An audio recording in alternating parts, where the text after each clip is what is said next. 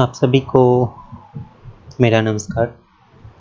आज हम फिर से आपके लिए कुछ प्रश्नों को लेके आए हैं जो कि कॉम्पिटिटिव एग्ज़ाम के लिए बहुत ही महत्वपूर्ण है। चलिए हम लोग समय को बचाते हुए प्रश्नों को देखते हैं। उम्मीद है पिछली सभी क्लास आप लोग को पसंद आई होगी और आप लोगों ने लाइक और सब्सक्राइब बटन को भी क्लिक किया है, और जिन्होंने अब तक लाइक और सब्सक्राइब बटन को क्लिक नहीं किया है उनसे रिक्वेस्ट है कि लाइक और सब्सक्राइब बटन को क्लिक करें। हमारे पिछले सभी क्लास डिस्क्रिप्शन में उनके लिंक दिए जाते हैं, आप उनको वॉच कीजिए। चलिए हम लोग प्रश्न पे देखते हैं। कहता है कि किसी समबाहु त्रिभुज के अंदर किसी बिंदु से, है ना, तीनों भुजाओं पर 3 लंब डाले गए। तो ये आपका एक समबाहु त्रिभुज ले लेते हैं और इसके अंदर मान लेते हैं ये आपका कोई भी बिंदु है ना, ये आपका बिंदु है ओ। इससे 3 लंब जो है वो डाले जाते हैं। ये समबाहु त्रिभुज है ए बी सी। पहला लंब आपको मान लेते हैं P1 लंबाई के है, फिर P2 लंबाई के हैं, P3 लंबाई के। ठीक है, तो आपको बताना है त्रिभुज का क्षेत्रफल, जबकि आपको दिया हुआ है P1 जो है वो 14 है, P2 जो है वो 16 है और P3 जो है वो 18। ठीक है, तो इस तरह के यदि प्रश्न हो, आपको एरिया निकालना हो, तो एरिया निकालने के लिए आपको सीधा करना है √3/3 into P1 plus P2 plus P3 का होल स्क्वायर। ये आपको एरिया निकालने के लिए, तो √3/3 इंटू P1 P3 16 14 30 प्लस 18 हो गया कितना 48 इंटू 48। ये आपका 16 से कैंसिल हो गया, इसको गुना कर दीजिए 768√3। यही आपका निकल गया एरिया, जो कि आपका आंसर है कितना डी नंबर। मान लीजिए आपको इसी केस में निकालना है भुजा, है ना, यानी साइड। तो साइड निकालने के लिए आपको करना है 2/√3 P1 plus P2 plus P3। ठीक है, अगर यदि आपको निकालना है परिमाप, तो परिमाप तो हम लोग जानते हैं, पेरीमीटर क्या होता है, तीनों भुजाओं का योगफल, इसे गुना कर देंगे, है ना। तो ये आपका हो गया 6/√3 P1 plus P2 plus P3, और इसी को आप लिख सकते हैं क्या 2√3 P1 plus P2 plus P3। आपको इस तरह का भी प्रश्न पूछ सकता है। ठीक है, दिया होगा P1 P2 P3 कहेगा कि परिमाप क्या होगा इनमें से, इस तरह का ऑप्शन भी आपको दिया हुआ रह सकता है। ठीक है, समझ में आया। अगले प्रश्न पे हम लोग चले। यदि किसी का कुछ डाउट है तो वो डिस्क्रिप्शन में दिए गए लिंक को क्लिक करके हमारे वेबसाइट www.yogyamathclasses.com पर जाएं और त्रिकोणमितिक ये ट्रायंगल प्रॉपर्टीज को देखें, उसमें ये सभी आपको मिलेंगे, है ना। अगर फिर भी यदि वो डाउट है तो आप कमेंट बॉक्स में कमेंट कीजिए या हमारे व्हाट्सएप नंबर पे डायरेक्ट व्हाट्सएप कीजिए। चलिए अगले प्रश्न पे हम लोग चलते हैं। अगला प्रश्न आपको कह रहा है कि चित्र में आपको दिया हुआ है x तथा y का मान आपको प्राप्त करना है, जबकि AB और AC वृत्त के बिंदु P और Q पर स्पर्श करते हैं। तो ये आपका P है, ये आपका Q है ना, इस पर स्पर्श करते हैं। ये कोण आपको दिया हुआ है, तो ये एंगल आपका कितना होगा, ये एंगल भी 75 डिग्री, ये तो प्रॉपर्टी है। ये एंगल है 55, ये एंगल भी कितना होगा 55 डिग्री, ये भी प्रॉपर्टी है। अब ये स्पर्श रेखाएं एक बिंदु से यदि खींची जाती है तो दोनों स्पर्श रेखाएं बराबर होती है। तो यहाँ पे AP बराबर हो गया AQ। जब AP बराबर हो गया AQ के, तो ये दोनों एंगल भी बराबर होंगे। तो ये 55, तो ये भी 55, क्योंकि हम लोग जानते हैं कि इक्वल एंगल्स के अपोजिट साइड्स इक्वल होते हैं, इक्वल साइड्स के अपोजिट एंगल्स इक्वल होते हैं। तो हो गया, ये 55 हो गया, तो थर्ड एंगल आपका कितना निकल गया, ये दोनों मिलके 110, तो ये आपका कितना डिग्री, 70 डिग्री। वाई का वैल्यू आपको पता लग गया 70। अब आपको निकालना है एक्स का, यानी इसका वैल्यू। तो यहाँ पे पता है ये 75 है, ये आपका कितना है 55 है ना। आपको निकालना है ये एंगल निकलेगा तो ये एंगल भी मिल जाएगा, क्योंकि ये एंगल और ये एंगल दोनों आपको क्या है बराबर। तो 75 और 55 ये हो गया 130, तो 130 यानी 180 माइनस 130 इज इक्वल टू कितना मिला, x 50 डिग्री। अतः आपका आंसर कितना हो गया, डी नंबर। ठीक है, समझ में आया। अगले प्रश्न पे हम लोग चले। कहता है कि एक समद्विबाहु त्रिभुज है ना,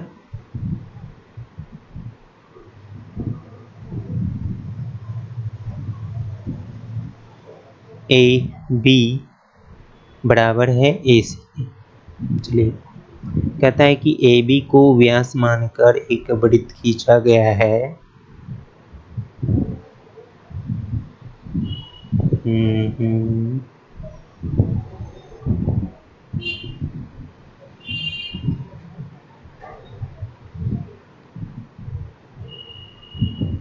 देखिए, पहले हम लोग एक वृत्त को ही बना लेते हैं, है ना।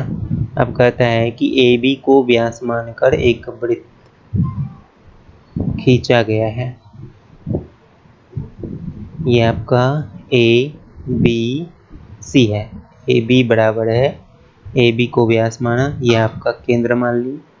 अब जो कि काटता है बी डी को, है ना, बी सी को डी पॉइंट पर, ये आपको दिया हुआ। हम लोग जानते हैं व्यास से परिधि पर बना कौन समकोण होता है, तो ये कोण 90 डिग्री और ये कोण भी 90 डिग्री, दोनों बराबर। और ये आपको दिया हुआ है पहले से बराबर, ए बी बराबर ए सी, है ना। और बराबर भुजाओं के विपरीत बने कोण भी आपस में बराबर होते हैं। कोण बी बराबर हो गया कोण सी के, है ना। और कोण डी बराबर कोण डी, दोनों त्रिभुज में, इस त्रिभुज में इस त्रिभुज, है ना। तो ए एस से दोनों त्रिभुज आपका क्या हो गया, सर्वांग।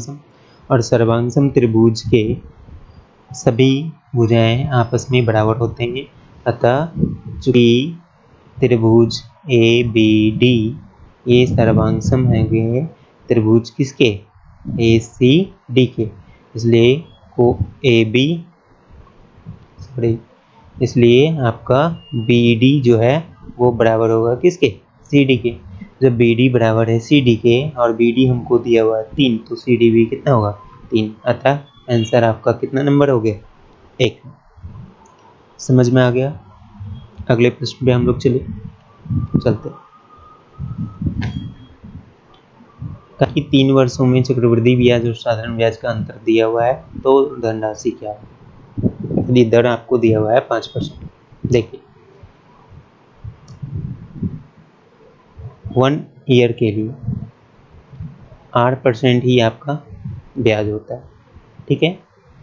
2 ईयर के लिए ब्याज आपका होगा 2r r स्क्वायर। 3 ईयर्स के लिए, ये सभी हम लोग चलते हैं CI, है ना, ब्याज जो होगा 3r square r cube. 4 years के लिए, है ना, 4r decimal 6r square 4r cube r पर एक्सपोनेंट 4, ठीक है। आगे भी होता है, आगे ज़्यादा से ज़्यादा 4 ही आपको जानना है ईयर के लिए। ये सभी चक्रवृद्धि ब्याज। इसमें ऑब्लिक देने का अर्थ क्या है वो भी हम लोग समझते हैं। ऑब्लिक का अर्थ ये है कि इसके बाद हमको केवल 2 डिजिट ही लिखना है, ठीक है। ये 2 डिजिट, ये 2 डिजिट, ये 2 डिजिट। यदि हमको थर्ड आया तो उसको हमको इस तरफ लेके आना है, ठीक है। अब यहाँ पे आपको दिया हुआ है रेडियस कितना, 5%। 3 वर्ष के लिए देखना है, तो ब्याज कितना हो गया, 5 का क्यू 125, तो 25 लिखना है, एक इस तरफ आ गया। ये r स्क्वायर गुणित 3 यानी 75 है ना, फिर डेसिमल और 3 आठ यानी 5 या 15, तो ये आपका हो गया 15.7625। ये आपको निकल गया क्या, इंटरेस्ट। ठीक है, 100 रुपये की धनराशि पर आपका इंटरेस्ट निकल गया। CI 3 वर्षों के लिए इतना। आपको साधारण ब्याज तो हम लोग जानते हैं कि जितने वर्ष का है उतने गुणे 8, यानी ये आपका कितना हो गया, 15। आपको दिया हुआ है दोनों का डिफरेंस, है ना, तो डिफरेंस बराबर आपको यहाँ पे कितना हो गया, 0.7625। ये दोनों को यदि हम लोग घटाते हैं तो इतने परसेंट बराबर आपको दिया हुआ है 91.50। आपको निकालना है धनराशि, यानी कुल धनराशि 100%, तो 91.50 इंटू 100 डिवाइड बाई 0.7625, है ना। इसको जब हम लोग सॉल्व करेंगे तो ये आपका आएगा 12,000, आपका आंसर होगा 12। ठीक है, अगर यदि आप इसको फॉर्मूला से निकालते हैं, है ना, तो 2 इयर्स के लिए जो डिफरेंस होता है वो PR/100 का होल स्क्वायर, और 3 इयर्स के लिए डिफरेंस जो होगा वो, इसके लिए हम आपको डायरेक्ट फॉर्मूला दे देते हैं, है ना। इसको हमको लिखना है 3PR/100 का स्क्वायर इंटू 1 + R/100, है ना। ये आपका 3 इयर्स के लिए डिफरेंस हो गया और ये आपका 2 इयर्स के लिए डिफरेंस हो गया। आप डायरेक्ट इस फॉर्मूला को लगा सकते हैं, लेकिन आपको आसान पड़ेगा ये, यदि आप इसका प्रैक्टिस करते हैं तो इससे आसान आपका कुछ नहीं। ठीक है, अगले प्रश्न में हम लोग चलें।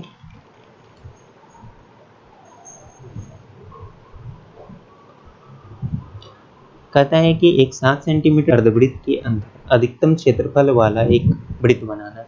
तो अधिकतम क्षेत्रफल वाला वृत्त तभी बनेगा जबकि त्रिज्या अधिकतम से अधिकतम होगी, है ना। तो अधिकतम से अधिकतम तभी होगी ना जबकि उसको हम लोग त्रिज्या ऊंचाई लेंगे। तो ये आपका ऊंचाई ले लिया गया है 7, आपको चित्र भी दिया हुआ।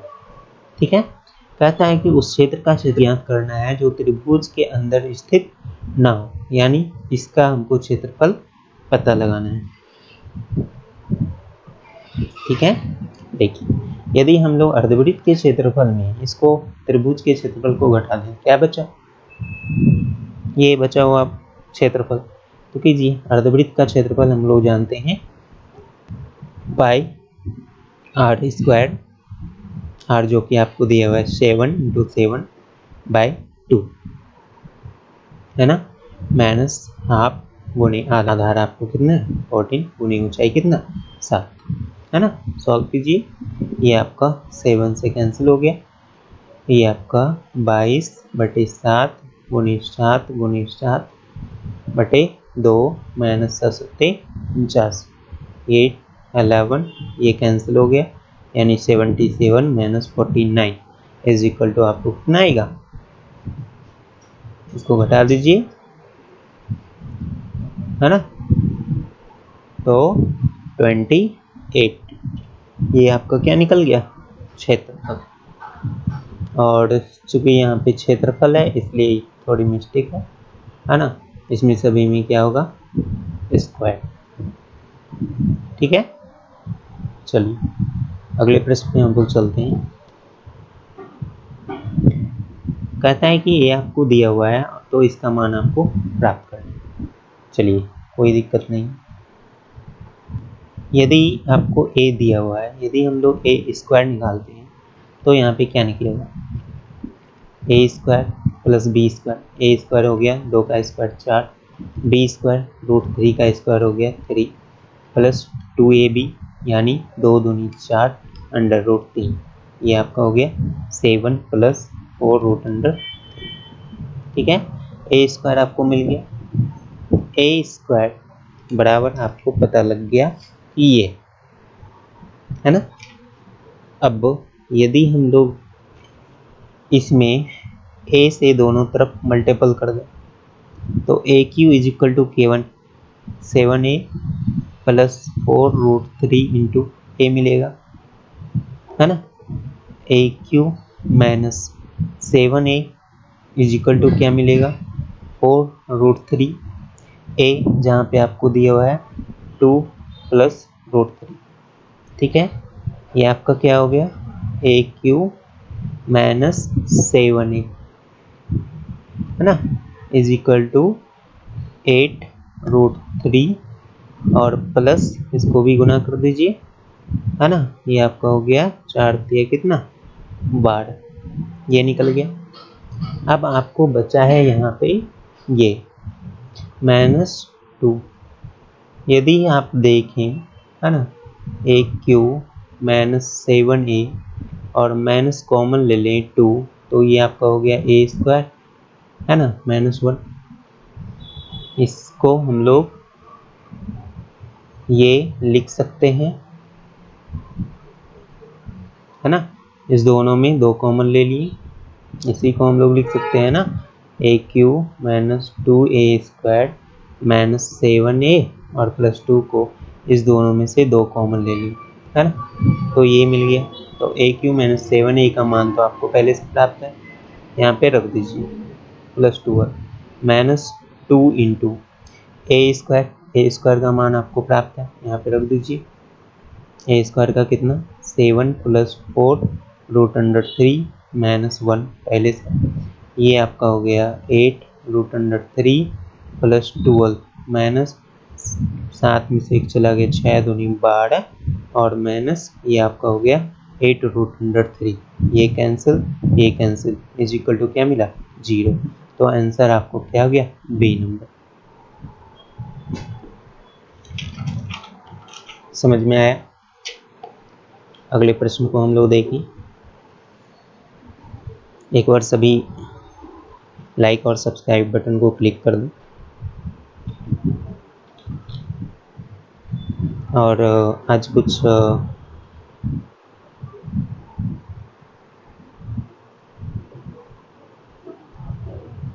चलिए नेक्स्ट प्रश्न को हम लोग देखते हैं। आज कुछ स्पेशल आप लोगों के लिए है, हमारी तरफ से क्लास 10th के लिए प्री क्लासेस स्टार्ट किए जाएंगे। जो लोग ज्वाइन करना चाहते हैं वो हमारे डिस्क्रिप्शन में दिए गए नंबर पर फ़ोन करें अपने रजिस्ट्रेशन के लिए। चलिए अगले प्रश्न को हम लोग देखते हैं। अगले प्रश्न में आपको दिया हुआ है एक कार जो कि 56 किलोमीटर प्रति घंटा जिसका स्पीड है और 120 मीटर आगे एक बस को 30 सेकेंड में 80 मीटर से पीछे छोड़ देता है। देखिए कहने का अर्थ है कि यहाँ पे एक आपका कार है ना और एक बस है यहाँ पर, ये आपको चल रहा है 56 किलोमीटर प्रति घंटा और इसका पता नहीं है, मान लीजिए x किलोमीटर प्रति घंटा है ना, ये चल रहा है दोनों सेम डायरेक्शन में, तो इसका जो एक्चुअल स्पीड हो गया किसका कार का है ना, वो कितने हो गए 56 माइनस x किलोमीटर प्रति घंटा। अब कहता है कि ये कार जो है यहाँ पे था और बस यहाँ पे था, दोनों का डिस्टेंस 120 मीटर का था, लेकिन 30 सेकेंड के बाद जो है बस इसके ठीक पीछे रह जाता है, 80 मीटर से पीछे रह जाता है, यानी 80 मीटर कार जो है बस की आगे निकल जाता है। अब ये कार जो है यहाँ पे आ जाता है ना, 80 मीटर ठीक बस के आगे। ये बदलाव कब हुआ 30 सेकेंड। 30 सेकेंड में कार कितना दूरी चला, ये 120 मीटर तो चला ही चला और साथ 80 मीटर फिर चला, यानी टोटल कार द्वारा जो डिस्टेंस तय किया गया वो कितने 200 मीटर का, और किस स्पीड से 56 माइनस किलोमीटर पर आवर की स्पीड से। इसको मीटर पर सेकेंड में चेंज कर दीजिए तो 5/18 से मल्टीपल कर देंगे और ये कितने सेकेंड में चेंजिंग हुआ तो 30 सेकेंड में। तो speed into time is equal to distance, और ये टोटल डिस्टेंस कितना 200। बस सॉल्व कीजिए इसको। ये आपका 6 से 2 टाइम्स में, ये 6 से 5 टाइम्स में, ये 5 से है ना 40, और ये 5 से हो गया कितने 8 टाइम्स में। ठीक है, अब ये आपका कितना आ गया, ये 6 से 3 टाइम्स में, तो ये 24 is equal to 56 minus X, तो x इज इक्वल टू कितना आ गया 56 minus 24 is equal to 32 kilometre per hour. तो डिस्टेंस ऑफ बस का जो स्पीड निकल गया वो कितने 32 किलोमीटर पर आवर। ये आपका आंसर होगा। उम्मीद है ये प्रश्न अच्छे से समझा पाए होंगे और पिछले सभी प्रश्नों को अच्छे से क्लियर कर पाए होंगे। अगले प्रश्न पे हम लोग चलते हैं। अगला प्रश्न आपको दिया हुआ है कि एक टैंक है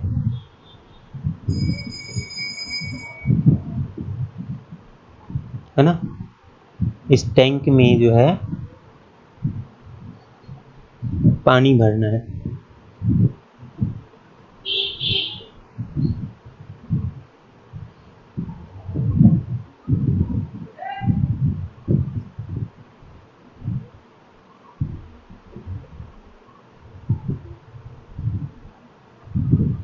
इसमें से पानी जो है इस टैंक में जाता है।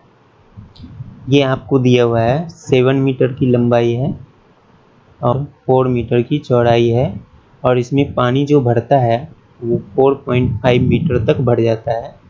कितने टाइम में, टाइम 6 आवर, और ये 17 नहीं है, ये 18 मिनट है। ठीक है, 6 आवर और 18 मिनट में ये जो है भर जाता है। तो ये आवर में इसको चेंज कर दिए, ये 6 से आपका कैंसिल हो गया, ये आपका 10 है ना, ये आपका हो गया 63/10 आवर। ठीक है, अब देखिए ये आपको दिया हुआ है 5 मीटर और ये 4 मीटर। मान लीजिए इसमें जो 1 आवर में जो पानी का जो लेंथ है वो आपका है x किलोमीटर का। ठीक है, तो 1 आवर में जो इससे पानी का जो वॉल्यूम इसमें गिरेगा वो कितना होगा, इसके वॉल्यूम के इक्वल है ना। तो वॉल्यूम आपका कितना हो गया 6 सेंटीमीटर, 6 नहीं 5 सेंटीमीटर इंटू 4 सेंटीमीटर, और ये आपका है x किलोमीटर। ठीक है, चलिए ये चूंकि इसमें देख रहे हैं ये बाकी सभी आपका मीटर है, तो इसको भी हम लोग मीटर में ही कन्वर्ट कर देते हैं। तो ये 5/100, ये 4/100, और ये x बाई किलोमीटर को मीटर में लाने के लिए 1000 से डिवाइड करते हैं, है ना। तो ये आपका हो गया मीटर। ये इतने मीटर का पानी का आपको इतना जाता है कितने आवर में 1 आवर। टोटल कितने आवर तक ये चलता है, इतने घंटे तक, तो इतने घंटे में कितने पानी जाएगा इससे गुना कर देंगे, और कितना पानी इसमें जमा हो गया इतने घंटे में, तो ये 4.5 मीटर तक का हाइट चला गया। यानी टोटल वॉल्यूम ऑफ वाटर जो हो गया वो 4 इंटू 7 इंटू 4.5 है ना। ये कितने घंटे में हो गया, तो 63/10, और ये आपका इतना गुने इतने गुने x बाय 1000 है ना। अब इसको सॉल्व कीजिए, ये आपका डेसिमल, ये 10 कैंसिल हो गया, ये 9 से 5 बार में, 9 7 बार में 7, ये 7 कैंसिल, ये 5 कैंसिल, ये 4 और ये 4 कैंसिल। ठीक है, आपको जो आया x का वैल्यू ये कितना आ गया,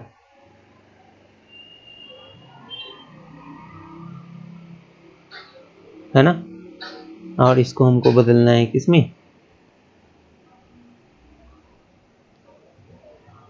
ये सेंटीमीटर मीटर में बदल दिए, इसको भी मीटर में, इसको भी मीटर में।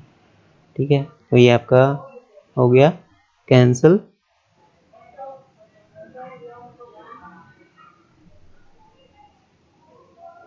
ये आ गया आपका 10 किलोमीटर पर आवर। आपका आंसर होगा कितना? B number.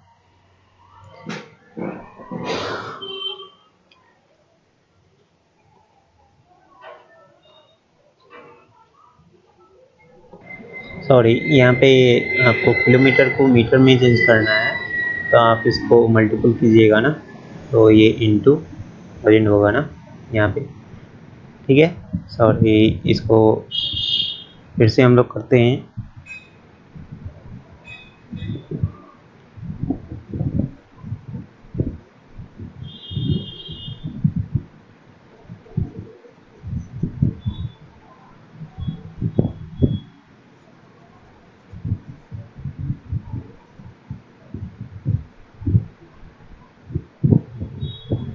देखिए,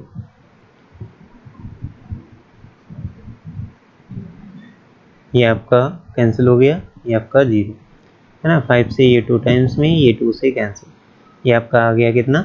2x। चलिए अभी इधर देखिए, ये 2x पानी जाता है, कितने घंटे तक चलता है?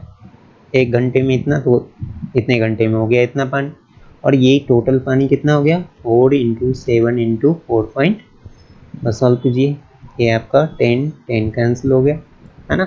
ये 9 से 5 बार में, 9 से 7 बार में, ये 7 कैंसिल हो गया।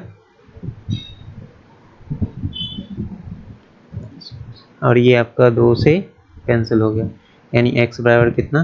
10 किलोमीटर पर 10 किलोमीटर पर आवर की स्पीड से आपका चल रहा है। ठीक है, अगले प्रश्न पे हम लोग चलते हैं।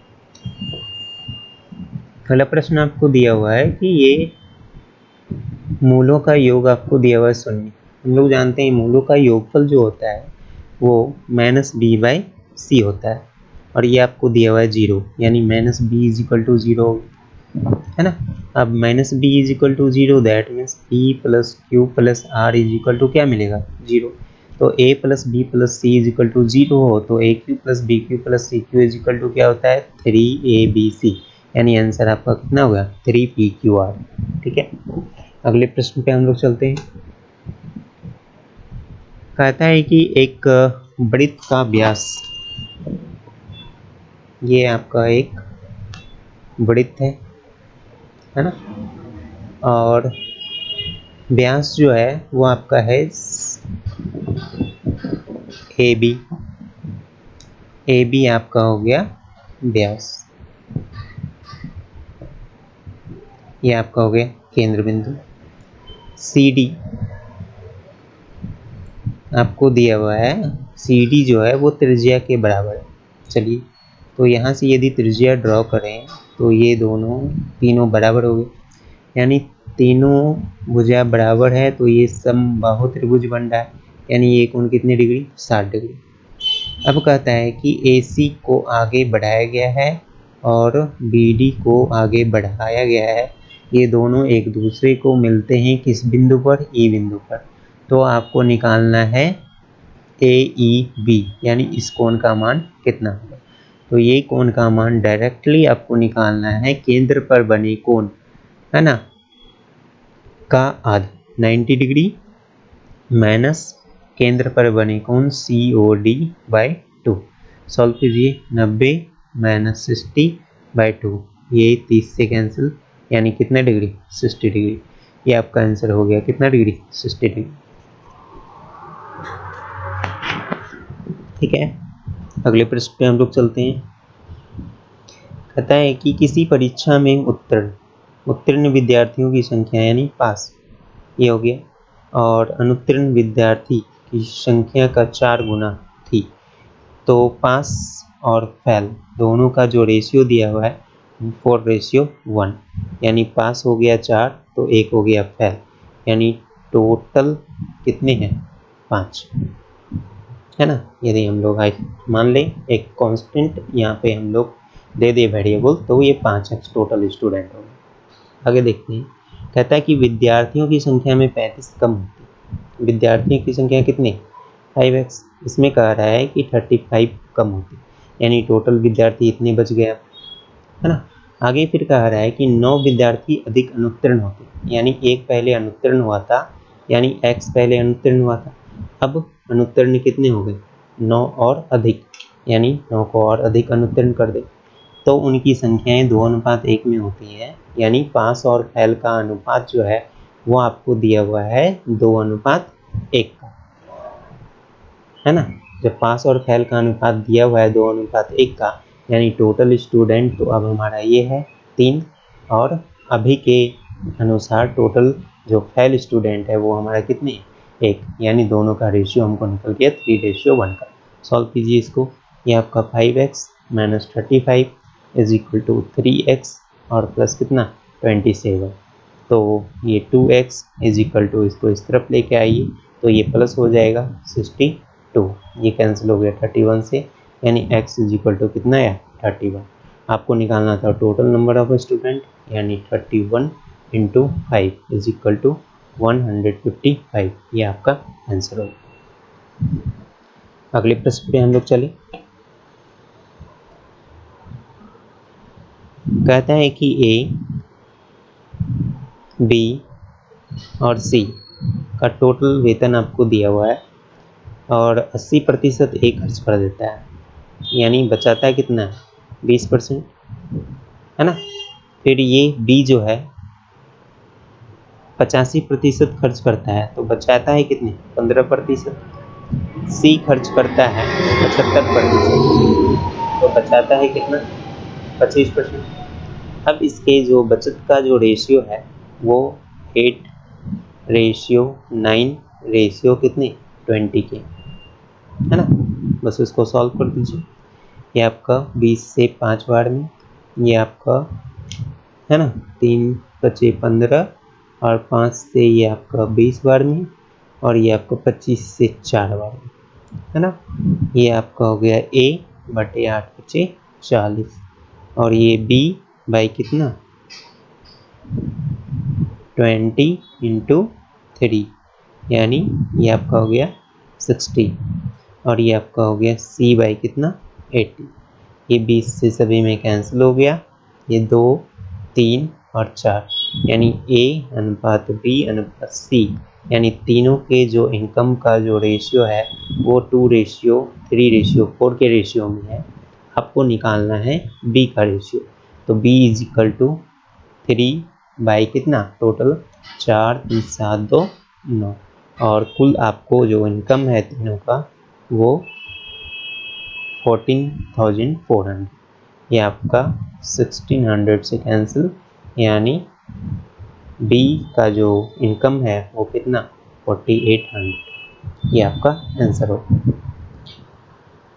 आज के लिए बस इतना ही, आगे हम लोग कुछ और प्रश्नों को लेके आएंगे। उम्मीद है आज की क्लास आप लोगों को पसंद आई होगी। आप लोग लाइक और सब्सक्राइब बटन को भी क्लिक किया होगा। चलिए आज की क्लास को हम लोग यहीं पे समाप्त करते हैं। आगे हम लोग फिर से कुछ प्रश्नों को लेके आएंगे और उसका डिस्कशन हम लोग करेंगे। आज के लिए बस इतना ही। जाते जाते आप सभी को फिर से रिक्वेस्ट है कि हमारे इस चैनल को लाइक और सब्सक्राइब करें। आज के लिए बस इतना ही। धन्यवाद।